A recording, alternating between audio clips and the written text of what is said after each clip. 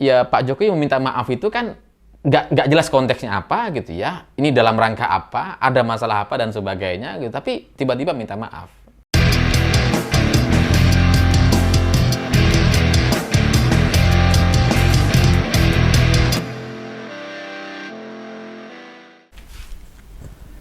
Selamat malam semuanya. Kemarin saya ke Jakarta untuk satu urusan dan sekalian ketemu dengan beberapa orang teman untuk update informasi terkait situasi politik nasional kita seperti apa. Karena ini sudah jelang pilkada, jelang pencalonan, dan kemudian jelang 17 Agustusan. Dan sekarang ini kan upacaranya berbeda, ada yang di Jakarta dan di IKN. Kebetulan teman-teman saya banyak yang akan menuju ke IKN dan sedang persiapan. Jadi saya sempat tanya-tanya, termasuk soal Alphard kemarin.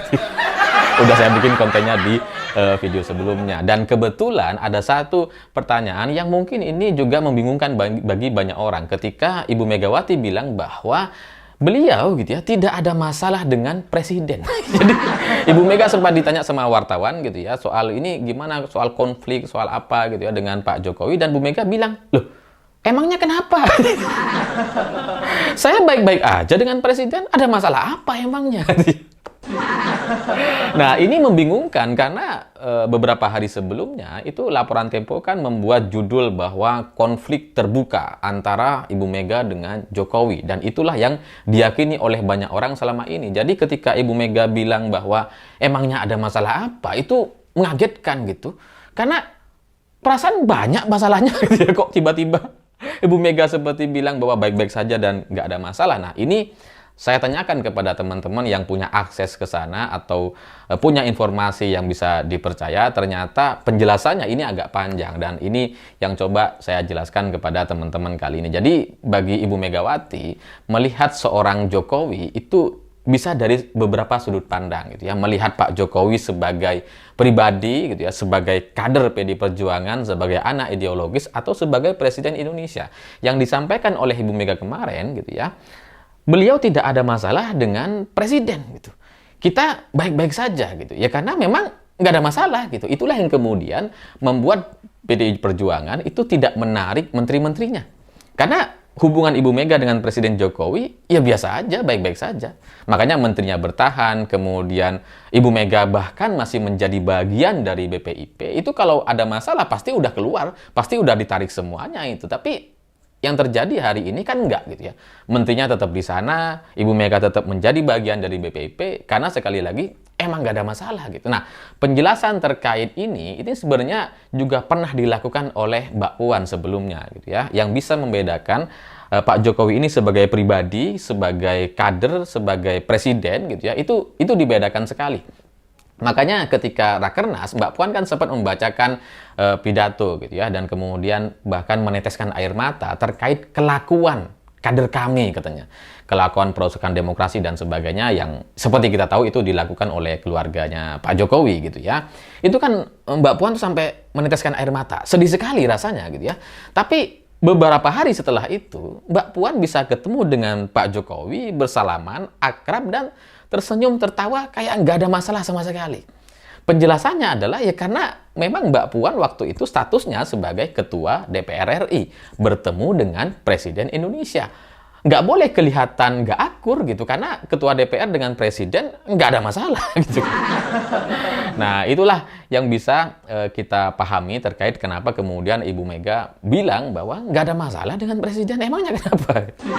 Karena Mbak Puan juga sebelumnya sudah mencontohkan gitu ya. Dan selain itu, kata teman saya ini, bagi Ibu Megawati, Pak Jokowi itu adalah anak ideologisnya. Makanya kemudian diusung sebagai calon presiden Indonesia di tahun 2014 lalu. Dan hubungan antara Ibu Mega dengan Pak Jokowi ini kan selama ini ya sangat-sangat luar biasa dan sangat-sangat emosional sekali. Tapi memang gitu ya, ini tidak dipahami oleh banyak orang gitu. Apalagi beberapa pendukung Pak Jokowi yang memang anti dengan PDI Perjuangan, atau ormas atau organ relawan yang sebelumnya adalah kader dan tidak punya tempat, tapi kemudian bikin organ relawan misalkan gitu ya.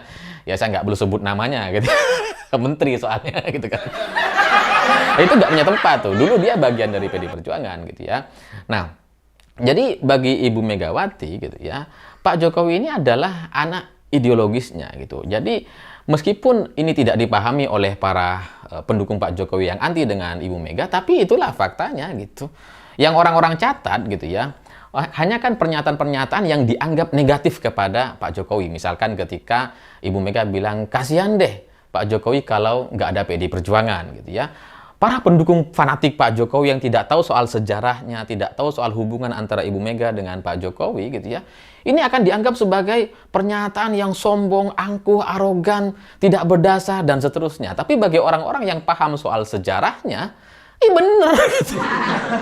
Dulu ketika Pak Jokowi maju sebagai calon wali kota Solo, mau maju gitu ya, itu Pak Jokowi sudah keliling ke beberapa partai dan kemudian ditolak semua partai. Sampai kemudian FX Rudi mendengar cerita ini bahwa ada orang yang sudah keliling ke beberapa partai dan kemudian tidak mendapatkan tiket atau tidak bisa didukung oleh partai-partai tersebut. Sampai kemudian Pak FX Rudi datang ke Pak Jokowi dan menawarkan, kalau memang Pak Jokowi mau maju, saya bisa bilang sama Bu Mega, tapi wakilnya nanti sama saya, katanya. Saya wakil aja, karena saya non-muslim, kata FX Rudi gitu ya. Ini cerita yang sebenarnya waktu itu.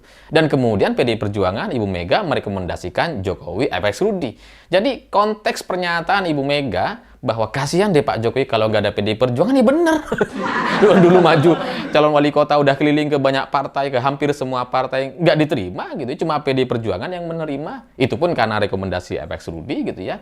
Jadi ya itulah sejarahnya gitu. Jadi kalau orang-orang pro Jokowi kemudian anti dengan Ibu Mega tidak memahami soal ini, ya karena memang nggak tahu sejarahnya, atau memang mereka orang-orang yang sakit hati dengan PDI Perjuangan tadi, kelompok relawan-relawan itu gitu ya. Dan kita juga bisa melihat bagaimana pembelaan Ibu Mega ketika Pak Jokowi diserang dengan beragam isu fitnah seperti PKI dan ibu kandungnya yang dianggap bukan ibu kandungnya. Itu kan ya dihembuskan oleh kelompok pendukung Prabowo waktu itu gitu ya. Itu kan yang memberikan pembelaan, satu-satunya ketua partai yang berani memberikan pembelaan kepada Pak Jokowi siapa? Ibu Mega gitu. Yang sampai Ibu Mega sedih, kemudian sampai meneteskan air mata, itu Ibu Mega gitu. Ketua partai lain masa bodoh, nggak ada yang belain. Gitu.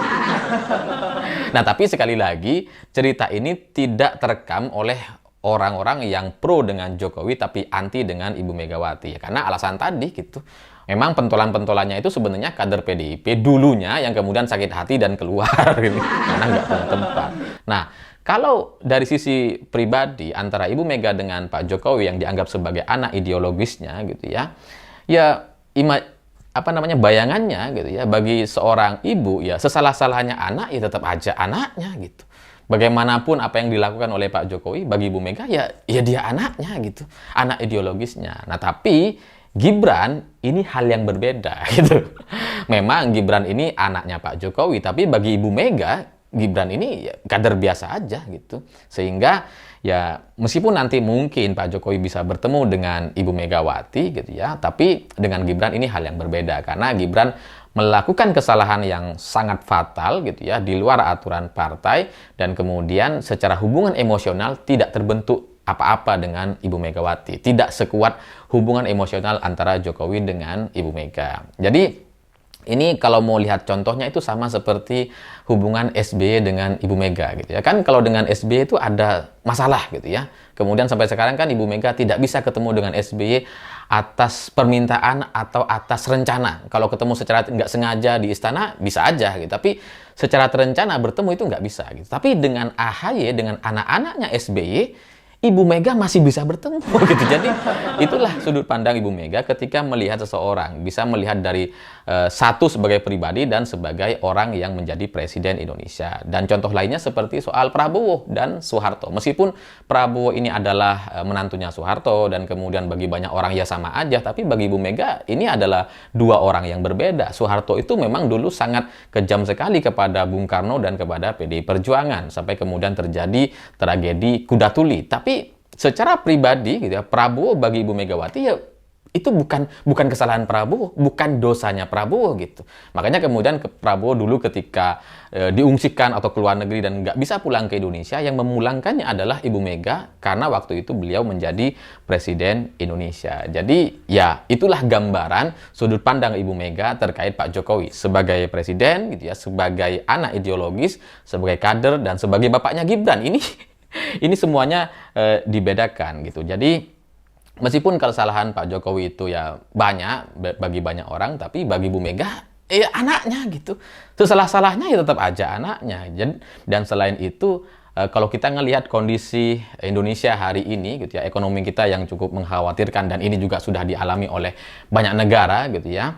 Memang yang terbaik bagi Indonesia hari ini memang bersatu gitu ya. Ya Prabowo, Pak Jokowi, Bu Mega bersatu. Supaya apa? Supaya kita bisa menghadapi krisis ini secara lebih baik dan lebih stabil, tidak seperti negara-negara lain. Dan kita sudah belajar dari pengalaman COVID lalu gitu ya. COVID itu seandainya Prabowo masih menjadi oposisi, kita nggak bisa bayangkan situasi kita akan seperti apa gitu. Tapi karena waktu itu oposisinya nggak kuat, Prabowo sudah masuk menjadi menteri, jadinya kita lebih bisa menangani masalah COVID itu lebih baik dibandingkan negara-negara lain. Nah, situasinya sekarang ini juga kurang lebih sama gitu. Karena kebesaran hati Ibu Megawati itu memang sangat luar biasa dan lebih mementingkan Indonesia dibandingkan pribadi dan partainya gitu. Jadi mungkin karena kebesaran hati itu gitu ya, dan Pak Jokowi juga sebenarnya sudah paham soal apa yang terjadi belakangan ini gitu ya. Makanya mungkin banyak orang ini nggak ngerti, kata teman saya gitu ya. Ketika Pak Jokowi tiba-tiba menyampaikan permintaan maaf karena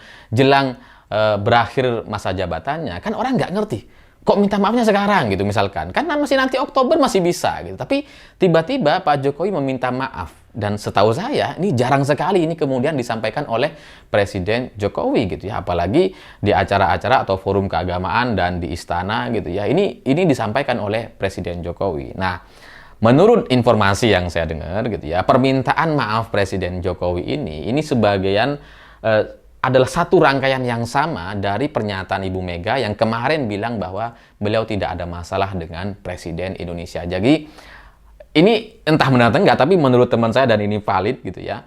Ini karena ya Pak Jokowi meminta maaf itu kan nggak jelas konteksnya apa gitu ya. Ini dalam rangka apa, ada masalah apa dan sebagainya gitu. Tapi tiba-tiba minta maaf.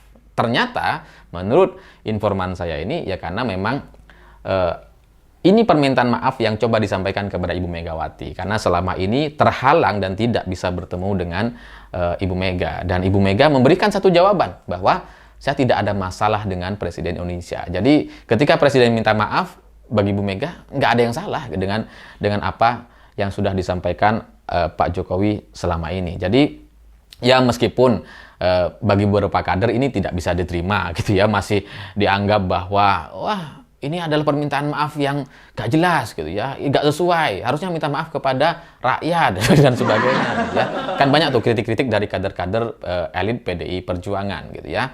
Tapi ya bagi Ibu Mega sekali lagi beda gitu. Bagi Ibu Mega, Pak Jokowi adalah anak ideologisnya, ya kadernya. Mungkin bagi elit-elit PDI Perjuangan yang lain tidak bisa melihat Pak Jokowi dari sudut pandang yang sama. Karena bagi elit partai PDI Perjuangan, Pak Jokowi bukan anak ideologis mereka.